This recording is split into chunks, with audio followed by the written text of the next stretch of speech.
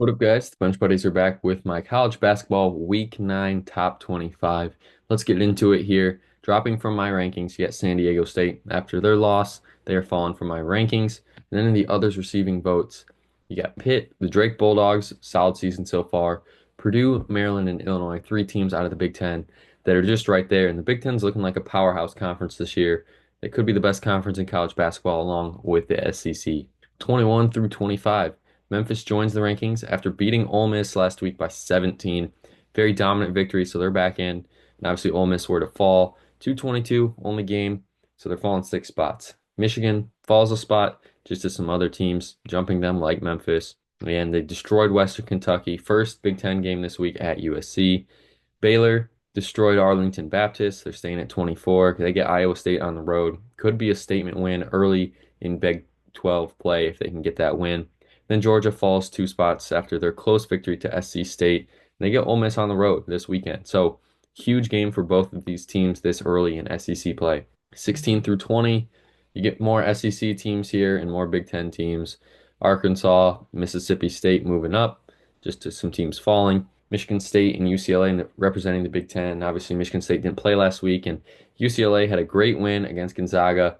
So they're moving up, of course, from 25 to 18, where Gonzaga's falling to 19 after their loss. And, Gonzaga's going to be fine. They're probably going to be a 3 seed or higher when we get to March, let's be honest, because their conference is very weak. And Gonzaga, they're going to be fine. Like I said, probably finish 25 and whatever that would be, maybe even 30 wins. So they're going to be fine. Now, the Big Ten SEC, like I said, is just going to be a huge cluster, and it's going to be crazy as we get into conference play. And even more teams here from the Big Ten and SEC, Oregon and Texas A&M, both with dominant victories, so they're staying the same. UConn, Houston, and Cincinnati didn't play last week, but they all move up because of some teams falling. And like I said, conference play starts this week, so we're really going to see what these teams are made of. Same thing here. Everybody didn't play except Bama, and they destroyed South Dakota State, so they're all going to stay the same. Kentucky plays Florida this week at home, which will be a great game to kick off SEC play for both of these schools to really see where they're going to stand heading into SEC play.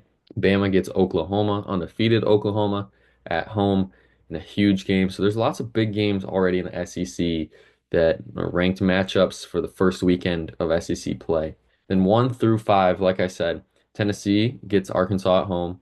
Florida goes on the road to Kentucky. Iowa State gets Baylor at home, and Oklahoma gets Alabama on the road. So 4 of these 5 teams are all playing ranked teams this week. So definitely, if you want to start watching college basketball and really get into it, now is the weekend to do so because of that conference play starting for almost every conference. And you see there's only a few undefeated teams left. Tennessee, Florida, Oklahoma are up there, and they're in my top 5 for a reason this year. So make sure you guys are getting into college basketball again as we enter week 9. And next week, I'll be back with the week 10 top 25 after some big games and some big results. So make sure you guys come back for that. But until the next time, the Bench Buddies are out.